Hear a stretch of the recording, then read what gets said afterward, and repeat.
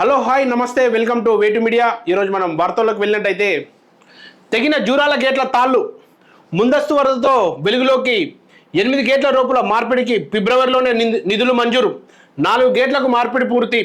12వ gate నుంచి leak అవుతున్న నీళ్లు. ప్రాజెక్టు నిర్వహణపై కొన్నేళ్లుగా నీలి నీడలు. ఇందిరా ప్రియదర్శిని జూరాల ప్రాజెక్టులో 4 గేట్లు ఇనుపతాళ్ళు రోపులు తెగిపోయాయి.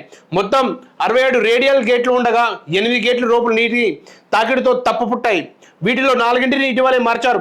8, 12, 19, 27 గేట్లు రోపులను మార్చాల్సి ఉండగా ఈ లోపే తెగిపోయాయి. కృష్ణానదికి ముందస్తు వరద నేపథ్యంలో ఈ విషయం వెలుగు చూసింది. ప్రస్తుతం 12వ గేట్ నుంచి నీళ్లు లీక్ అవుతున్నా మరికొన్ని గేట్లు రబ్బర్ నీళ్లు దెబ్బతిన్నాయి. ప్రస్తుతం ఈ ప్రాజెక్టు 1,00,000 క్యూసెక్లకు ప్రవాహం వహిస్తుంది.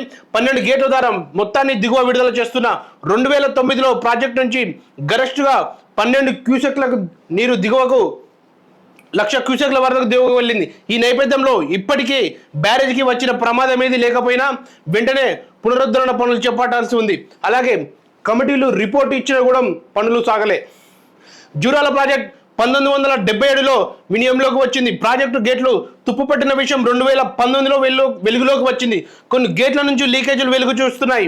2021లో లీకేజీలు పెద్ద ఎత్తున కనిపించాయి. అయితే ఈ ప్రాజెక్టు నిర్వహణ విషయంలో అలసత్వం వహిస్తున్నారు. అలాగే జూరాల ప్రాజెక్ట్ 19వ గేట్ నుంచి నీళ్లు లీక్ అవుతున్నాయి. తెగిన జూరాల గేట్ల పరిస్థితి చూస్తే ఇక్కడ నీళ్లు లీక్ అవుతున్న దృశ్యం కూడా చూడొచ్చు. అలాగే ఫిబ్రవరిలోనే నిధులు మంజూరయ్యాయి. ప్రభుత్వం ఏం చేస్తుందని ప్రజలు ప్రశ్నిస్తున్నారు. అలాగే పోయిన ప్రభుత్వాల గురించి చెప్పడం కంటే ఇప్పుడున్న ప్రభుత్వం త్వరగా దాన్ని పనులు క్లోజ్ చేసి ప్రజలకు ఎలాంటి ఇబ్బంది కలగకుండా చూసుకోవాలని ప్రజలు ఈ విధంగా కోరారు. అలాగే ప్రాజెక్టు నిర్వహణపై కొన్నేళ్లుగా నీళ్ళు నీడలు.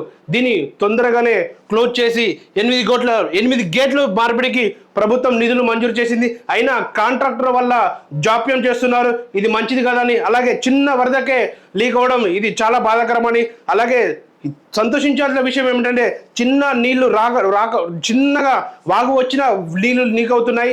అదే పెద్ద వర్షాలు వస్తే ప్రజల పరిస్థితి ఏందని ప్రజలు ఓపడుతున్నారు. దీన్ని దృష్టిలో ఉంచుకొని ప్రభుత్వం తక్షణ చర్యలు చేయాలని నిన్న ప్రజలు అక్కడ ధర్నా నిర్వహించారు. అలాగే మరో మంచి న్యూస్తో నేను ముందుకు వస్తా. నేను Suresh. Thank you. Please subscribe వేటు మీడియా. జై హింద్.